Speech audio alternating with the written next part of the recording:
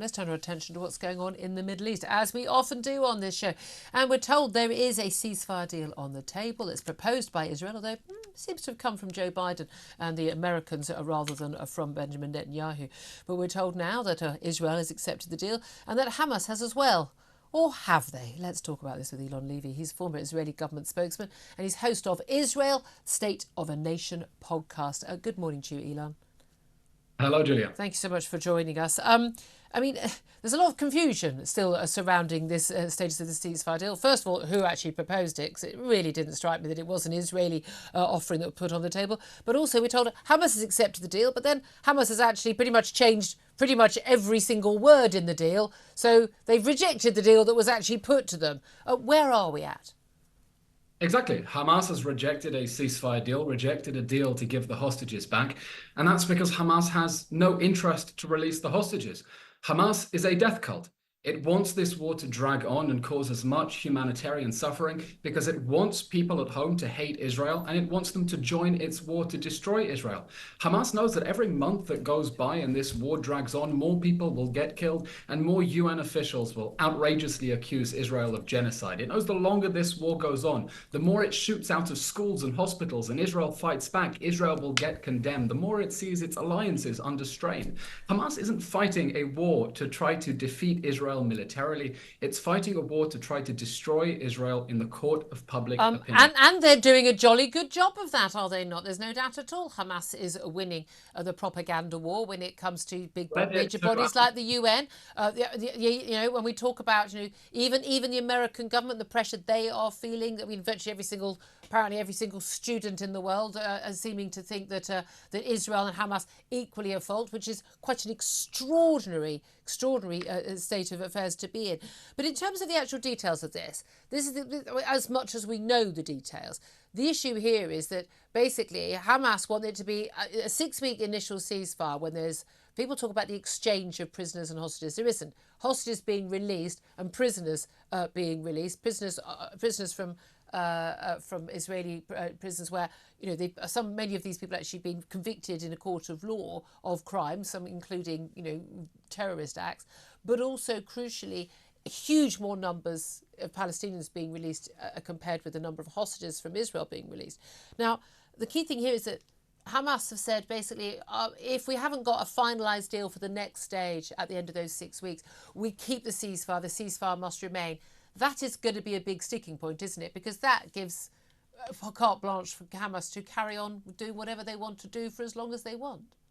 Exactly. Israel has two objectives in this war. The first is to get back all of the hostages. I'll remind you, there are still 2 children. There is a baby who is being held hostage, and it's to dismantle Hamas's military machine so it can never pull off an atrocity like October 7th again, and can no longer shoot rockets at the Israeli home front. Now, Israel is saying we want to have an initial phase of getting hostages back, and then under the proposal, negotiations to wind down this war. But of course, if Hamas thinks that it can simply by going to negotiations drag on a ceasefire indefinitely, then it gets a permanent ceasefire through the back door. And that's not acceptable to Israel because we want to get all of the hostages back. We're getting shocking information from the hostages who are returning about how they were starved, how they were enslaved. And we can't leave them there for another day longer. Can we talk about some of the hostages? I thought the hostage release, again, I'm doing the same language as the BBC, the hostage rescue that happened the other day. It was magnificent. I have to say I felt quite tearful when I saw the site, and especially the younger woman. I don't know why. I think it's because I've got a young daughter of a similar age, who at the weekend was at a music festival and came back alive. I didn't have to wait 8 months for her to come back. And you know what? Every parent, I think, would feel that when Noah's returned, and she was one of the faces of the awful scenes on October the 7th as she was dragged away on that motorbike by her hostage takers. I've seen extraordinary messages online. I mean, the abuse I get for I'm an evil Zionist, hag, goodness knows what, for just, I think, speaking out on the side of right on this. People are saying, I mean, every time you get the personal abuse, you know you're on the right side of history, is my view. But people are saying, look, these hostages, they don't look like they've been starved. They look, some of them, fairly well fed. They've been kept in civilian homes. Obviously, a clear reason why civilians are getting killed when these hostages are rescued. But they're not being badly treated. What is your response to that? That's not what we're hearing from the doctors. We're hearing that they were starved, that they had basically no protein over 8 months, and that caused severe muscle wastage. We know that they were enslaved. We know that Noa Agamani was locked in a room and she was forced to do domestic duties for her civilian captors. We know that they were forced to work for their hostages, for their hostage takers, who kept them as slaves, and they were abused. And we know the doctors say that they were beaten nearly every single day.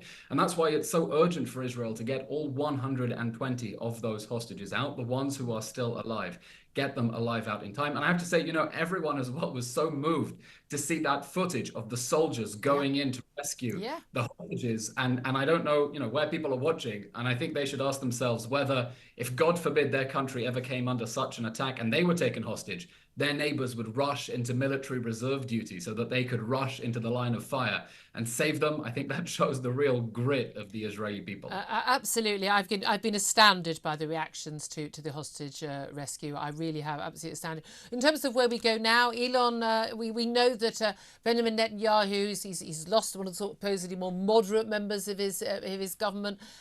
We've got him sort of trying to hold on to power. Basically enthralled to some of the right wingers in the party, in rival parties in his government, basically saying, we don't go to a ceasefire, we fight on to the end. Where do you think this is going to go? Israel faces a horrible set of dilemmas now, whether to fight Hamas to the end or fight to rescue the hostages and say, we'll fight Hamas another day. The one thing we need now is firm international pressure on Hamas and its backers, Qatar, Turkey, Iran, to release the hostages. Because right now, Hamas has no interest to release the hostages in a deal, outside a deal, because, as I said, it's a death cult. It wants this war to drag on because it knows that images of suffering on TV get it pity points. It makes people hate Israel, and it makes them want to join its war to destroy Israel. So we need the world to put pressure on Hamas to release the hostages unconditionally, immediately. More pressure on that so that hopefully we can get all those hostages home. Indeed. Elon Levy, former Israeli government spokesman, also, as I say, the host of the Israel State of a Nation podcast. Thanks for joining us.